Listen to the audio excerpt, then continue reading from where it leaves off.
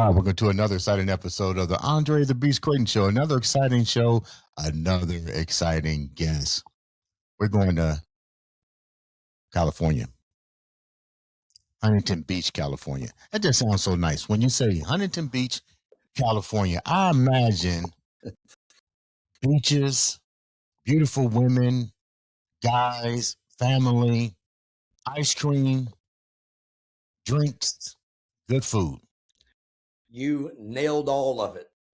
But let me go here. But let me tell you where we're going with this story. But you come from Texas and you leave everything about Texas behind.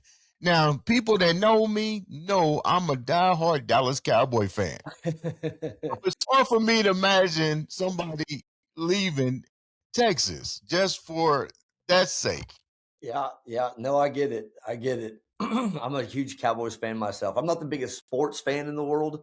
My brother got all the sports ability. I got all the music ability, but I will always and forever be a Dallas Cowboy fan. Now, let me tell you about this guest. Can you imagine creating something bigger than yourself? And when you get ready to think about that, you ask yourself, how do you create something bigger than yourself? Well, you probably have to go back and look at your life and say, where is my life at now? What am I dealing with my life now? And what do I need to change about my life? This man has definitely done that. He took Texas, put it in his rearview mirror, went out to California. Let's welcome to the show, Mr. Bryan Blackmon to the show. What's up, guy? What's up, buddy? Thank you so much for having me. I appreciate it. You know, I read your story. Sobriety, coming out of alcoholism, all kinds of things. Before we go there, you grew up, you're from Texas. What was life like for you? Life was great in the way that you would think. Like I grew up in an amazing family, a very loving, kind, supportive, Southern Christian, grandfather deacon, grandparents and great grandmother played the organ and the piano in the family. Just a lot of love and support and close knit family. I just never felt comfortable in life. And that was something that all that love and support couldn't quite fix. But yeah, man, I grew up in a great family.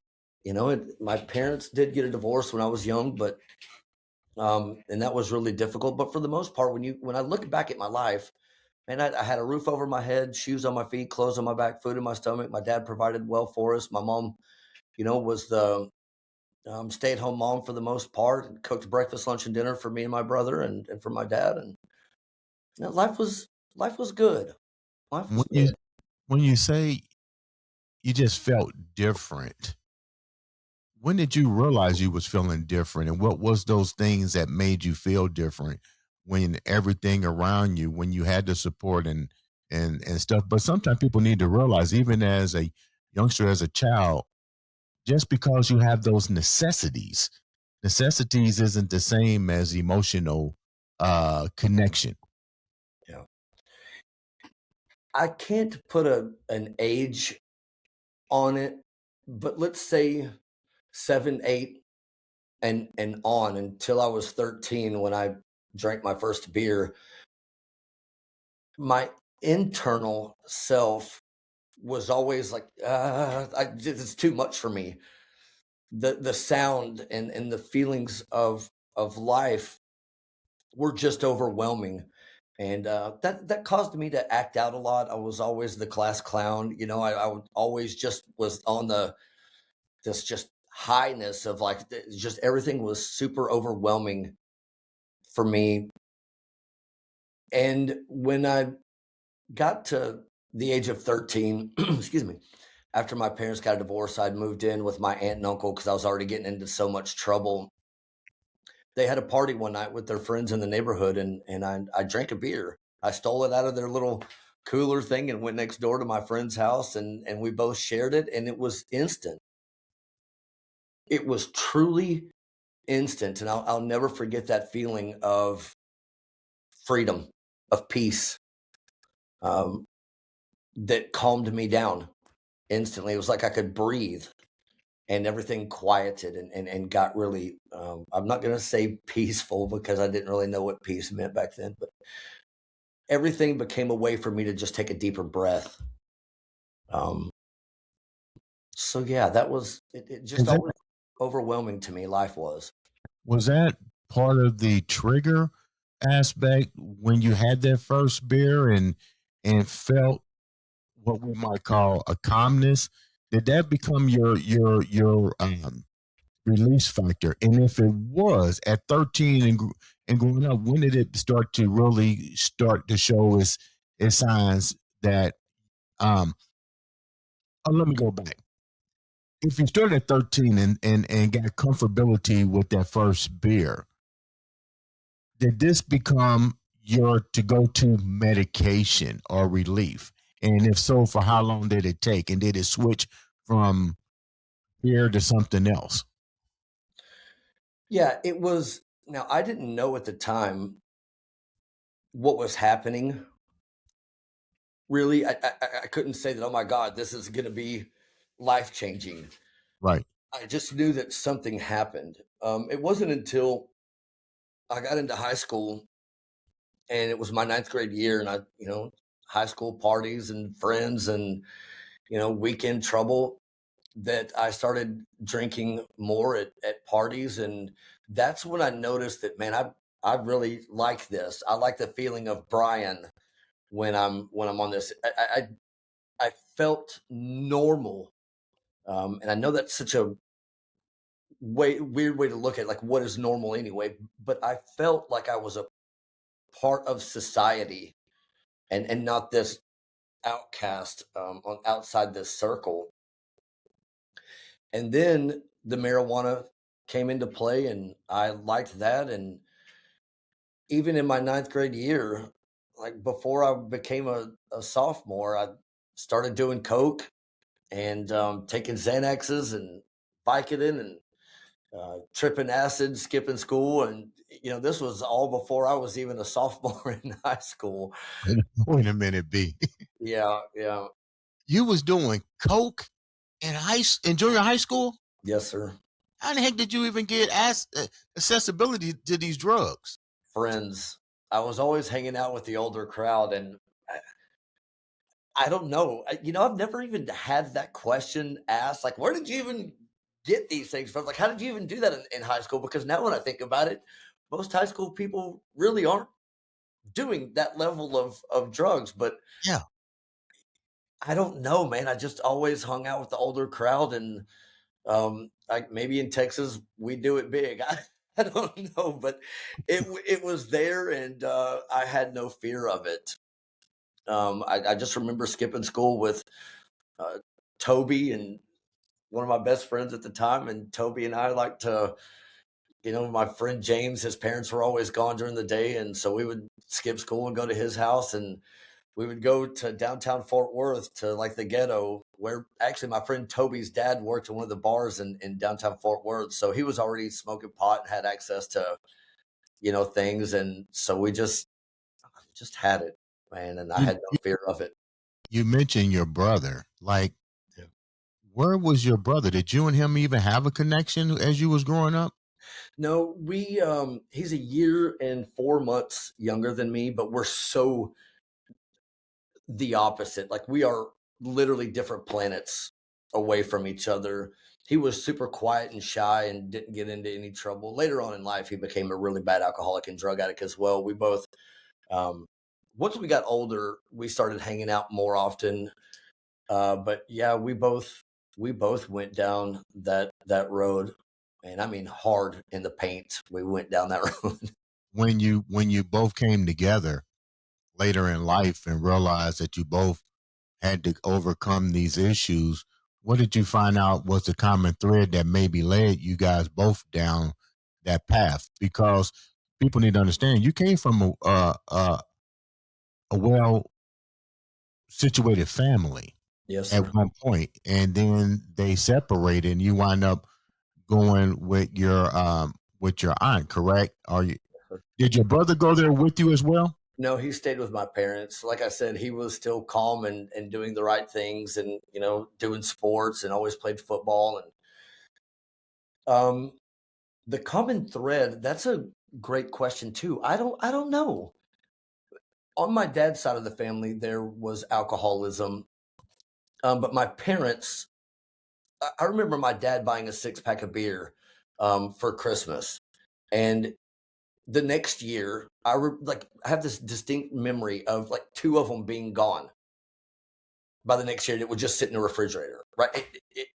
So I didn't come from my immediate family drinking and partying and taking pills. So I don't know what the common factor. I think my brother and I both just had this wild streak already inside of us, and this no fear attitude, honestly. Hmm. And I think he looked up to me in a way. So once he saw the kind of lifestyle I was living and the things that I was doing, I think he may have been attracted to that. And Right. but once my brother started drinking, he got. I mean, I was bad. My brother took it to a whole nother level. I Did you took it to a whole know? nother level. My brother took it to a completely different level. Did you know he was under the influence of heavy drinking and so forth at one point? Oh yeah, there was no hiding it. There was no hiding it. Yeah, absolutely. Wow. But did you see something in him that reflected on you? Like, you're my baby brother and you're doing things that, let me rephrase this. You mentioned what is normal. Yeah. To you, normal behavior is acting a certain way that your brother may not have seen. But now you see your brother doing the same thing that you're doing. How does that change you to change him? There that wasn't an option. That wasn't even a thought. Um, Really? I I en I encouraged my brother to come along with us. So I always had, cool apartments or, houses, and um he was always welcome to come over. And I thought it was cool because I had a lot of money. I was doing some things that, I sold a lot of drugs. I wasn't that person that had to go rob, cheat, and steal to feed my addiction. I was always extremely resourceful in getting what I needed and paying for it myself. I figured that, well, if I could sell it and have a lot of it, I don't Mm, have to go buy it. I can just do it myself whenever I wanted it. So I was right. able to feed my friends and including my brother. And to me, I got a high off of it, in this sick, twisted way. When you were still with your aunt, what was your relationship? What was their look at how you was conducting your life at that point? Well, that was the eighth grade.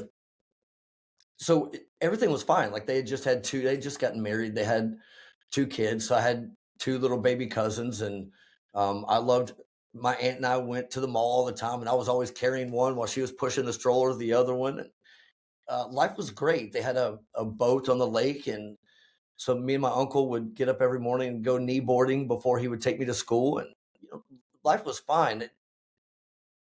I wasn't thinking about drinking. I just remember having that beer at their party that calmed me down, but it wasn't a thing until I moved back in with my dad back in Fort Worth, and um, until I hit the ninth grade and started going to school parties. So, What do you think your trigger was now that you're older?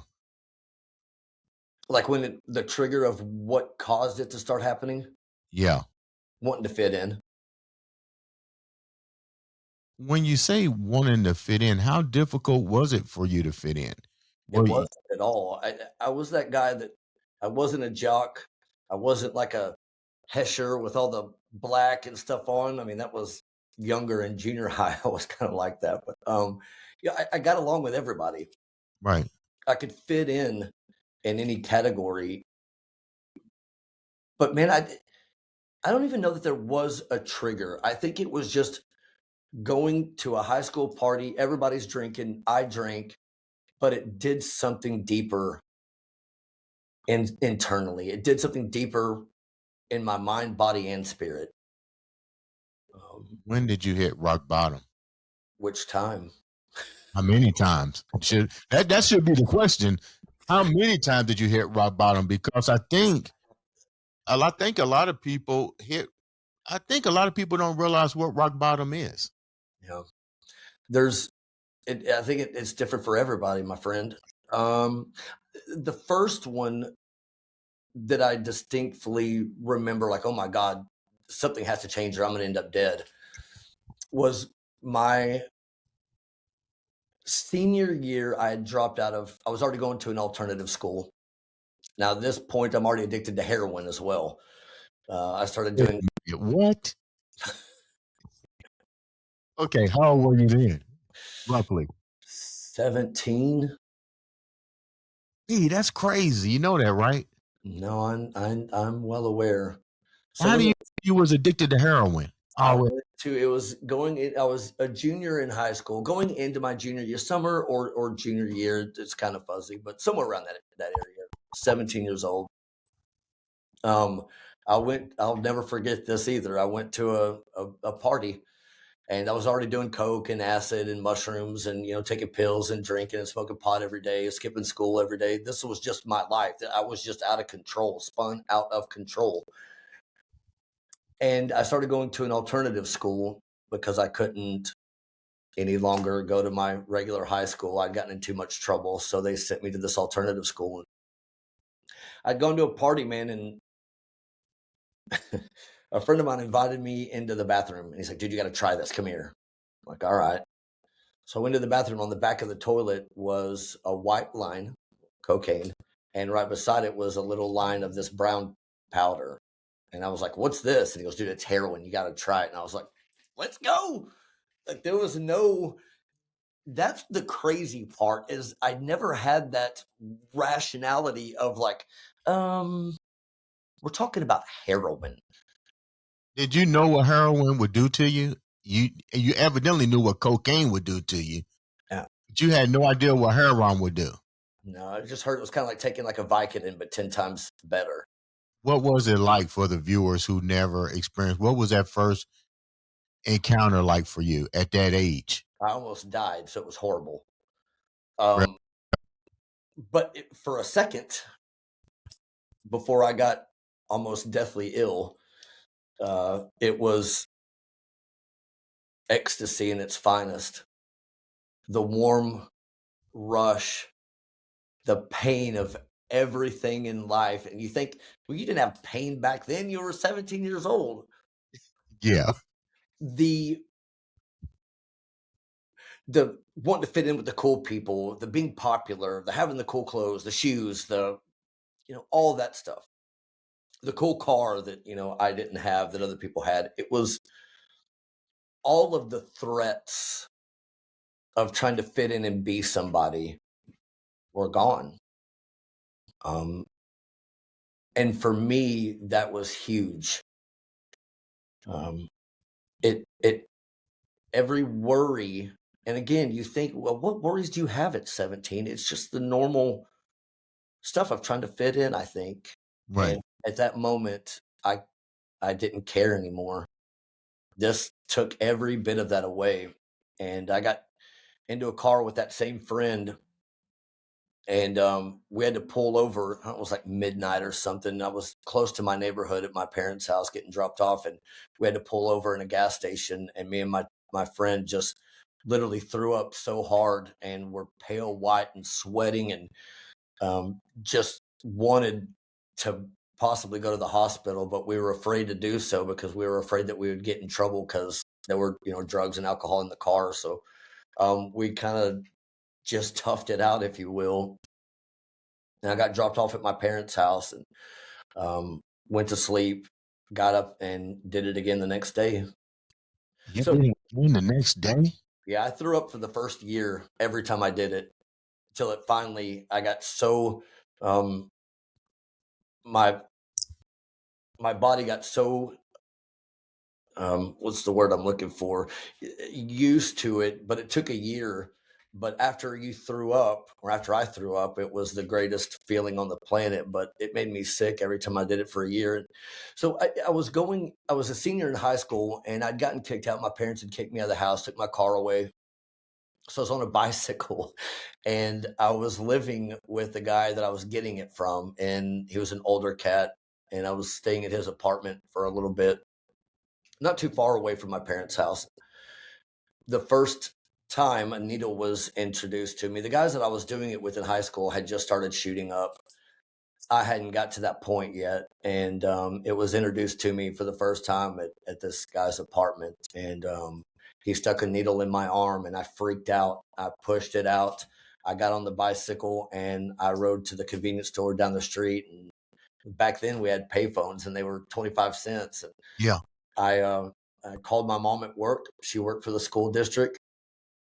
And that's why I couldn't get away with anything in school. My mom, all the principals, everybody knew my mom. The second I did anything wrong, when I got home from school, she already knew about it or was already contacted, and I got busted. So, but I remember calling my mom and saying, I need to go to rehab. It's either now or I'm going to be dead. How old were you then, roughly? 17, 18, maybe about to be 18, roughly. That's big for you to recognize that you needed help. How difficult was that for you to confide that into your mom? I don't think it was difficult at all. I think, well, they already knew. They Uh-huh. already knew that I was, pretty far out there and was struggling. And I can't remember if right before that happened, if one of my really good friends had just died of a heroin overdose. There were several of them, or if it was right after. But one way or another, I just remember calling my mom and saying, something's got to give. Like they kept trying to get me to go into rehab. Like my dad would show up and knock on the front door and try to, get me to go. And it caused a bunch of family fights.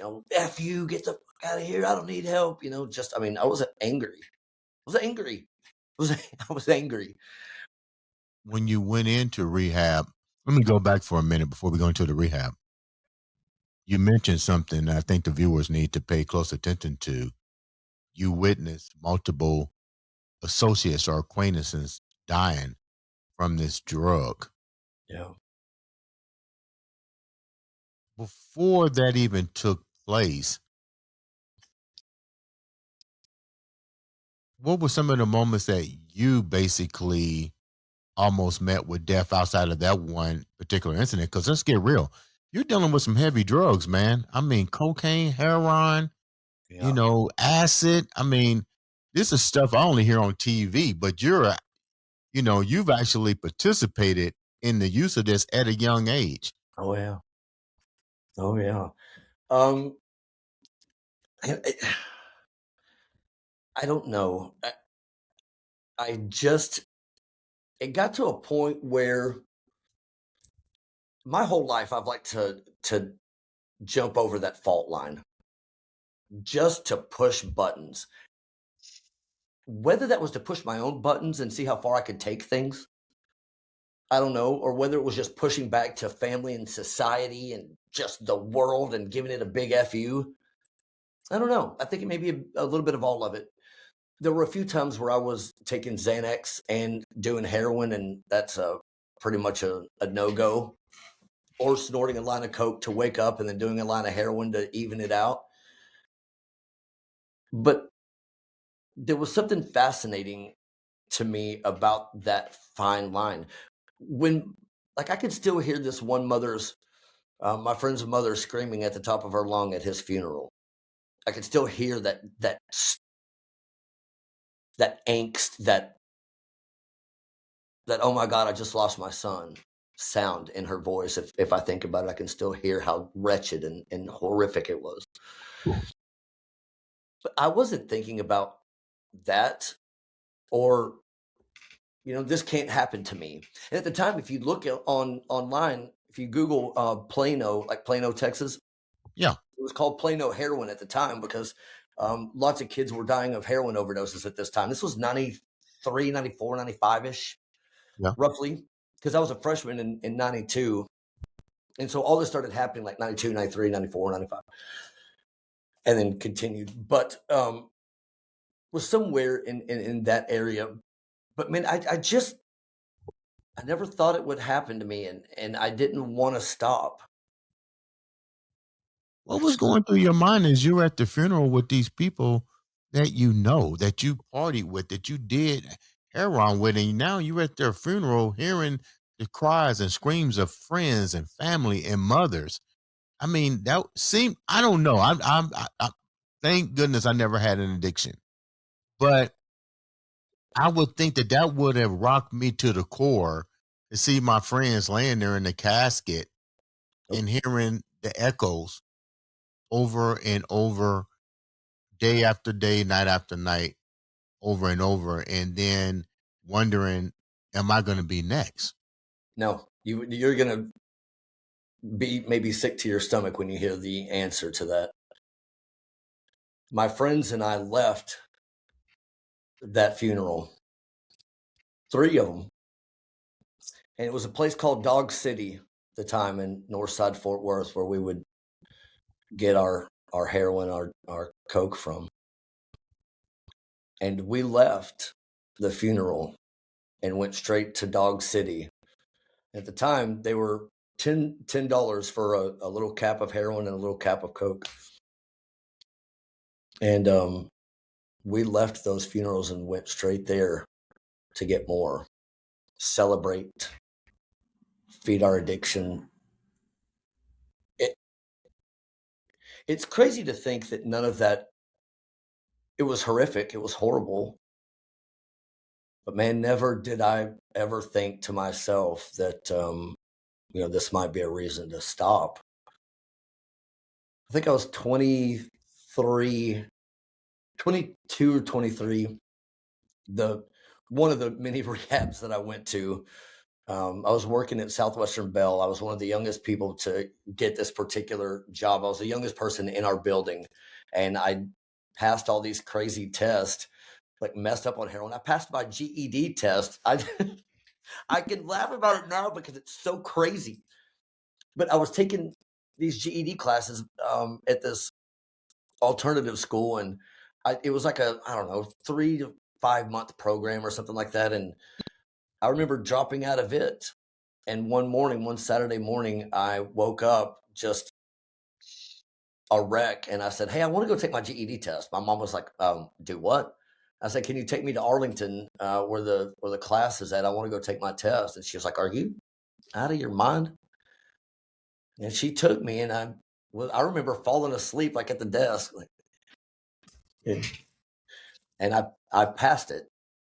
Wow. So a few years later, um, I'm doing the same thing for the Southwestern Bell job, and I passed it. I started working there, and it was a union job. I got in with the union, and I was late all the time and was passing out at my desk, and everybody's walking around in suits and fancy clothes, and here I am. There was no dress code, so I'd walk in like a half shirt, like with sleeves cut off and cut off shorts, and it was at a call center, and I was just like messed up, man. And uh, I finally got in so much trouble where on the last step, I was on my fourth step, and the union decided to send me to rehab, and that was the last time that I did heroin. I always wanted to live in California. My whole life, since I was a little kid, I've wanted to live in California. Right.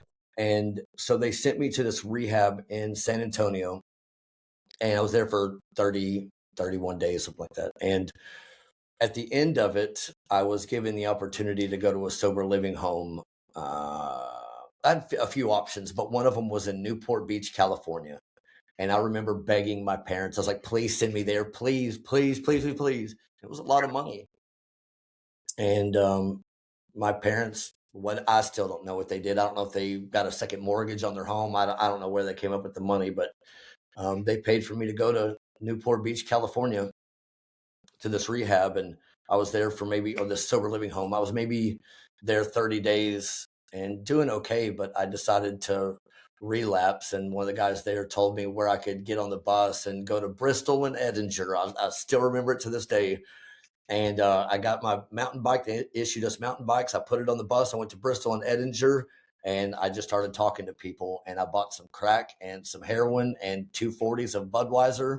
and I sat in a self-do-it-yourself car wash, smoking crack and doing heroin. And I went back to the house, and of course, I got busted. So they sent me off for a couple of weeks up in the mountains where it was super hot, and I came back home. I called my parents. I was like, I got to get out of here, and so they paid for me a flight home. And circle around 30 plus years later, I'm right down the street from Newport Beach, but I'm sober living in California. I mean, it's just the craziest story ever. Brian, my question here is, I was getting ready to ask you that. How come you never got in trouble with law enforcement and served time? I did. I did 2 years. I was in and out of jail my whole life. And then I got busted for some drugs and was put on probation. I could have gone away for a long time. That's a story for another day. But yeah, I got into a lot of trouble, man. And And I'm not saying that jail is where a person should be who has an addiction problem. I'll need to clear that with the viewers. But what I am saying is, this is my question here. It should show that we need to focus, even in our penal systems, a a a plan. I'm not going to say every plan is perfect, but let's use you for an example. What plans did they give you in treatment in prison that didn't help? And now that you look at it, you're much older, you're in recovery now. Now that you look at your life now, if you had the chance to go into one of these systems, not as a inmate or anything like that, but you guys know what you need to have a fighting chance. So my question here is, you went in prison, you went out, went back to the stuff, you went to these expensive rehabs, went in and out. What did you learn from any of that stuff? And now that you look back, what did you need to help you really succeed? I've always been really resourceful. And if anything I learned in rehabs, unfortunately, and the jails, is that I could do it. I could go sit and do the time so I could start back over. I learned things. I learned how to. There's a difference between going to a rehab when the counselors, from my own experience, there were a few of them that had been both the addict, the alcoholic, and had recovered and got some kind of counseling degree. I can talk to you all day long. What I had a problem with was, for instance, there's this one moment where we used to go to the church I grew up in had a midnight service on Christmas, on from the 24th into the 25th, Christmas Day. And I was always there with my family. And during this time, I was maybe 17, 18, something like that. And I was smoking crack. It was freezing cold in Fort Worth, Texas. And I'm smoking crack behind a dumpster with this girl at the time. And my parents, not knowing where I was at. And then I showed up at the church, the midnight service, and went and sat next to my parents. I'm drenched in sweat. I probably smelled like hell. But if you've never been in that position and you're in a rehab counselor position, you've got all this book knowledge behind you, I don't want to hear it. Did I learn something from it? Of course. I'm just a sponge. I'm not going to deny the fact that I didn't learn something from it, maybe how to deal with emotions a little bit more, maybe how to understand them or what they were. But as far as listening to you and taking in any advice, if you've never been behind a dumpster smoking crack at midnight while your family's waiting for you, I don't want to hear shit you have to say. And in jail, it was just, okay, I didn't have to pay for this ticket or this warrant. I'd just go sit it out. I got in trouble for speeding. I wouldn't go pay the ticket. Months later, I'd have a warrant because I didn't go to court, and I would get picked up again. And it was just a continuous cycle. And so maybe it was just a way for me to go get a little bit of sleep and get my tickets and warrants paid for without me having to actually spend my own money on it because I had other things to spend money on. Mhm. So it's just like I didn't care. I just didn't care.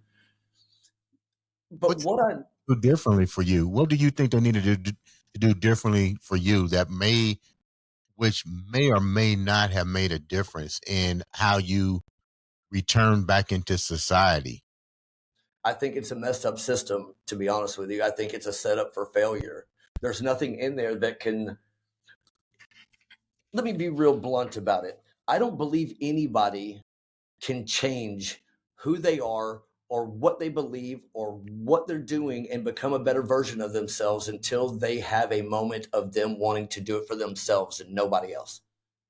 Not for their kids, not for their mom, not for their family, not for their church, not for their education, not for their job.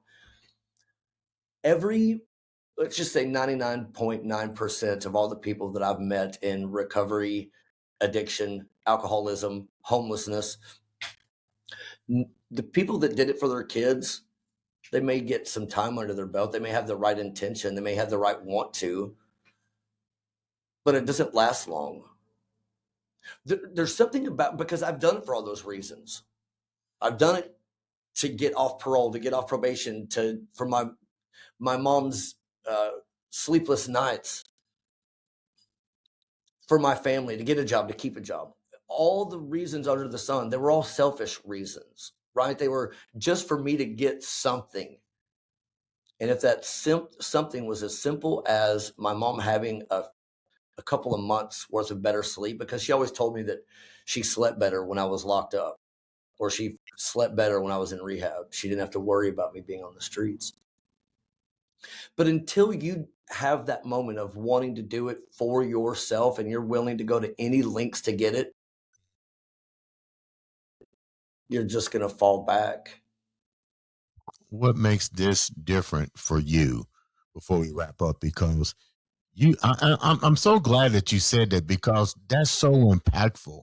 I think a lot of people probably don't realize you the system isn't a perfect system because the system basically you are the system. When are you going to decide that enough is enough? So Right. my question to you is after trying so many times and seeing your parents put you through the different rehabs and spending the money and stuff, when do you take a self inventory of yourself and say, enough is enough? And why is this time enough for you? I had moved to California. I had made the tour around Venice Beach, Santa Monica, Culver City, Woodland Hills, Canoga Park, then was guided to Huntington Beach.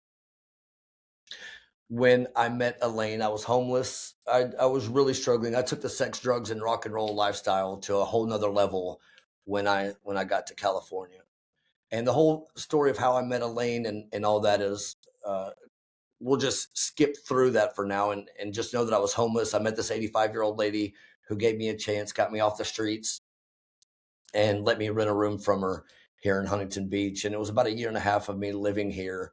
I tried several attempts to get sober because some things happened, and I wanted to try this out of just nowhere. I'd gotten sick and tired, but not fully. 922 days ago today, 2 years, 6 months, and I think 20 days. Mhm.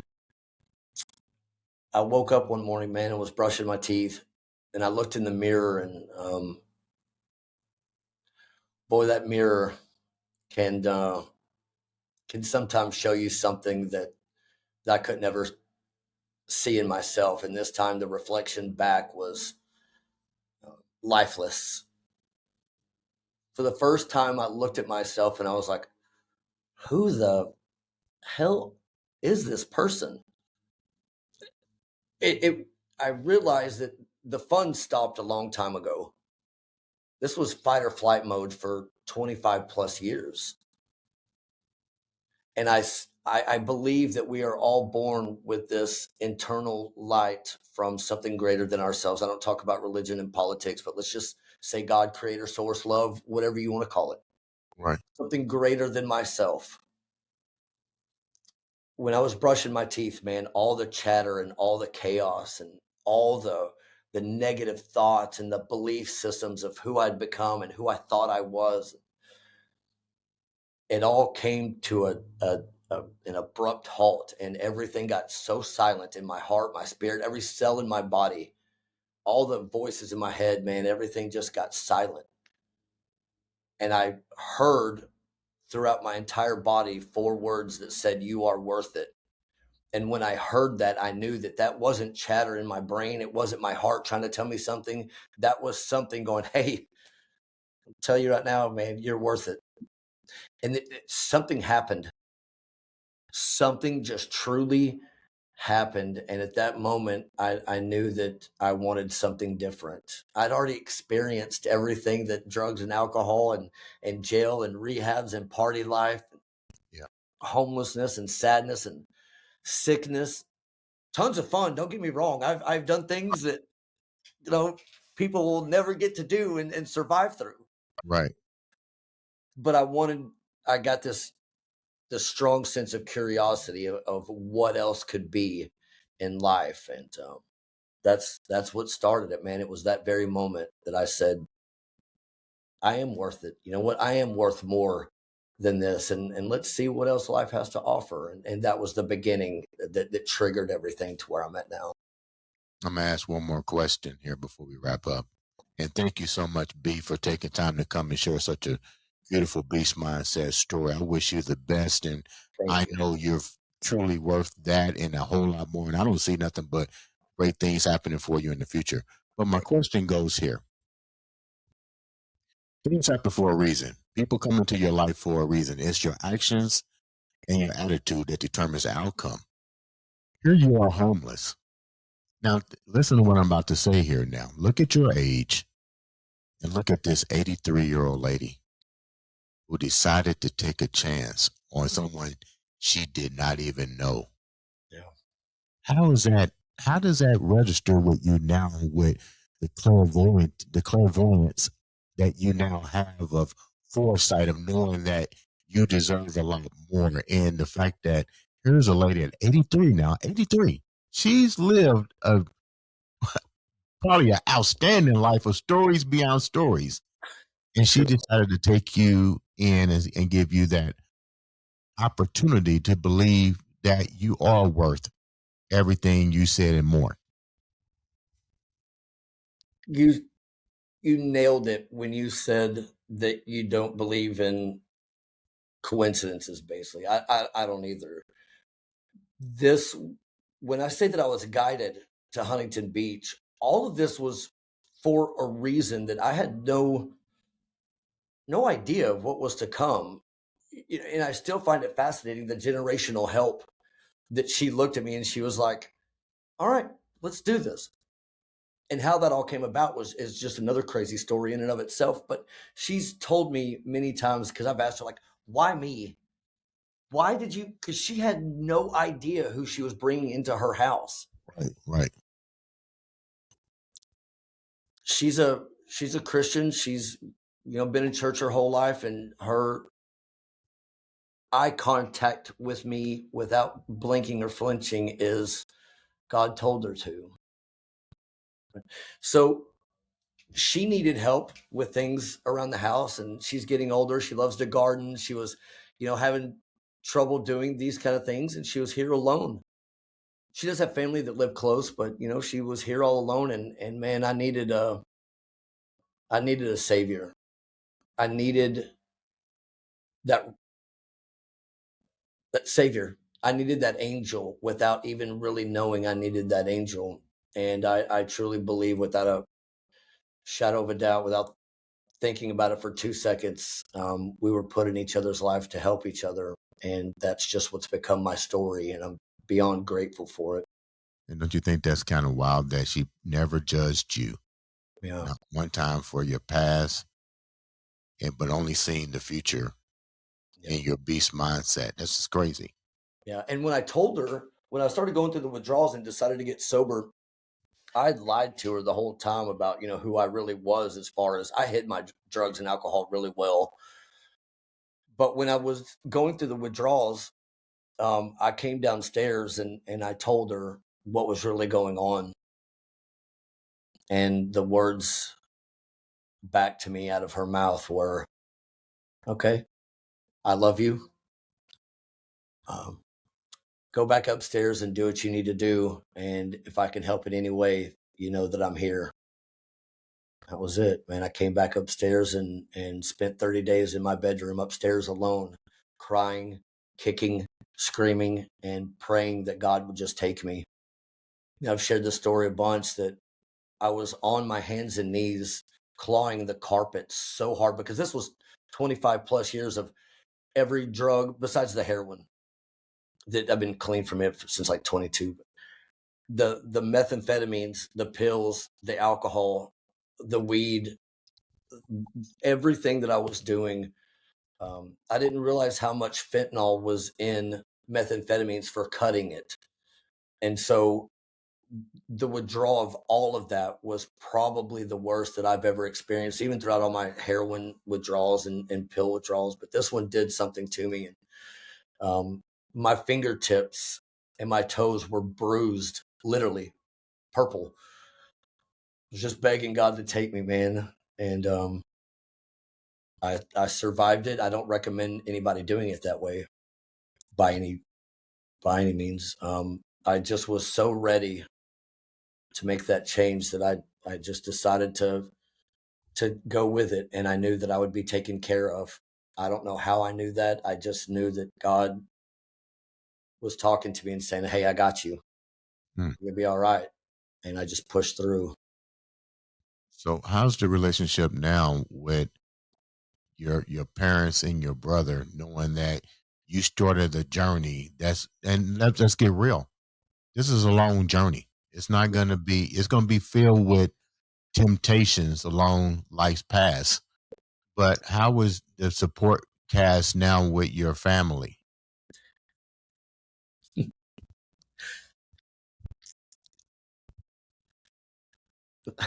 For instance, my mom texted me yesterday and just said, "Remember, I'm so proud of you and I love you." Did you download the song, The Bluest Eyes in Texas? Fluid eyes in Texas are haunting me tonight. I got it, big dog. I got it.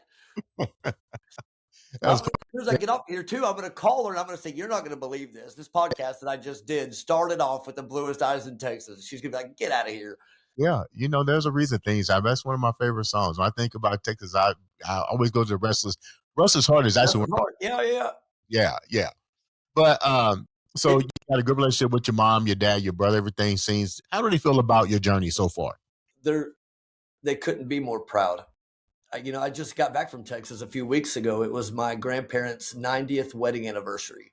Wow. So I was able to fly home, and my entire family was there to celebrate my grandparents' 90th wedding anniversary. And the looks and the conversations that I get from my family members nowadays when I walk in the door is so different, man. It's amazing. Yeah, I'm truly blessed, man. I'm truly grateful for every moment of it. And what a blessing to give to your grandparents. 90 years Yeah. of, and I'm pretty sure they watched the journey from afar. But to walk in on the 90th anniversary to see their great their grandson, because you'll be the grandson, right? Yes, sir. Yeah, First one. yeah. First What? one. And here's the thing. My grandpa used to always say to me, he would always pull me to the side and say, "Bryan, when are you going to keep it between the white lines?" And he would pause. He would just stare at me. And he was like, "Just the white lines. You're so talented, Bryan. You're so capable of so much more. Right. When are you going to keep it between the white lines?" And I remember just my whole life looking and going, "I'm in the white lines. Oh, maybe I swerve a little bit. Maybe I like to cross over for a little while and come back. Um, when my grandpa set me down a couple of weeks ago and looked at me and said, "Good job on keeping it between the white lines. I'm proud of you." That there's no amount of money, there's no amount of I bet. I can feel that energy. yeah, man. Gotta be, my hats off to you. Thank Brian, you're on your own journey. How can viewers reach out to you and follow your journey and if anything, be a friend? Absolutely. I would love it. Go to crabcrewlife.com. All my social media links are at the bottom, and then my link tree is also down there. And the link tree holds, all my social medias, and you can read more about Elaine and I and how the Crab Crew became what it is today. And yeah, come hang out with us on my TikTok live streams. I'll be in San Diego later tonight, and we're gonna, go out and just see what's going on in San Diego tonight.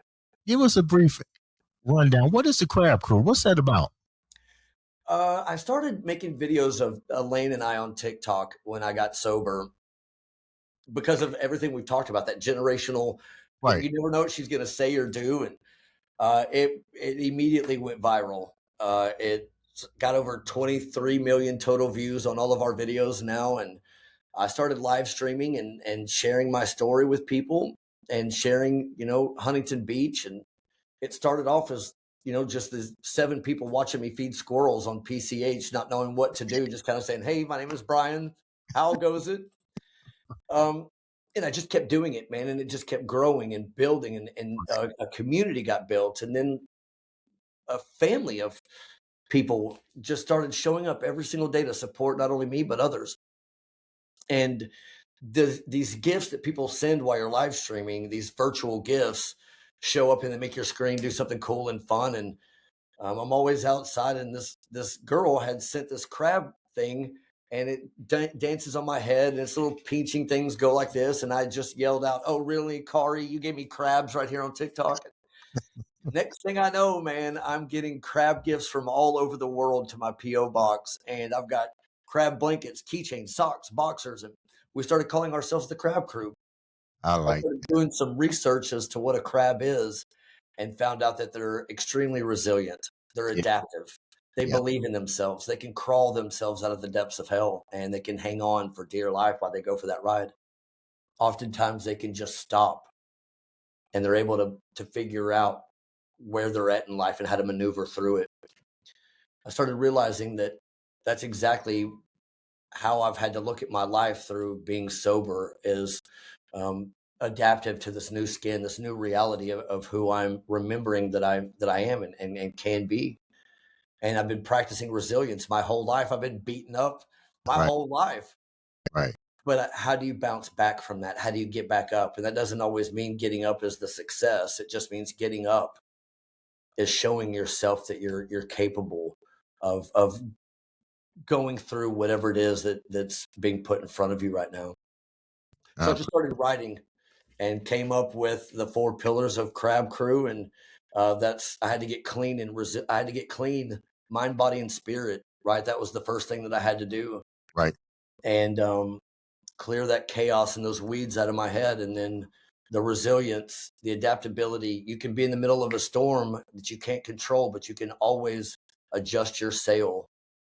And even by 1%, that sail can set you off in the most beautiful journey. And then the belief at the B, the bottom, landed as the foundation of everything stacked on top of, because you have to believe that you're worthy of so much more. And that's how it got developed, my friend. Wow, B, that sounds remarkable. You guys make sure you subscribe, like, share, follow. Click that button. All it takes is one click to make a difference in your life or change somebody else's. Bryan, it's been a pleasure having you on the show. Ladies and gentlemen, this has been, and I do mean another exciting episode of the Andre the Beast Creighton Show.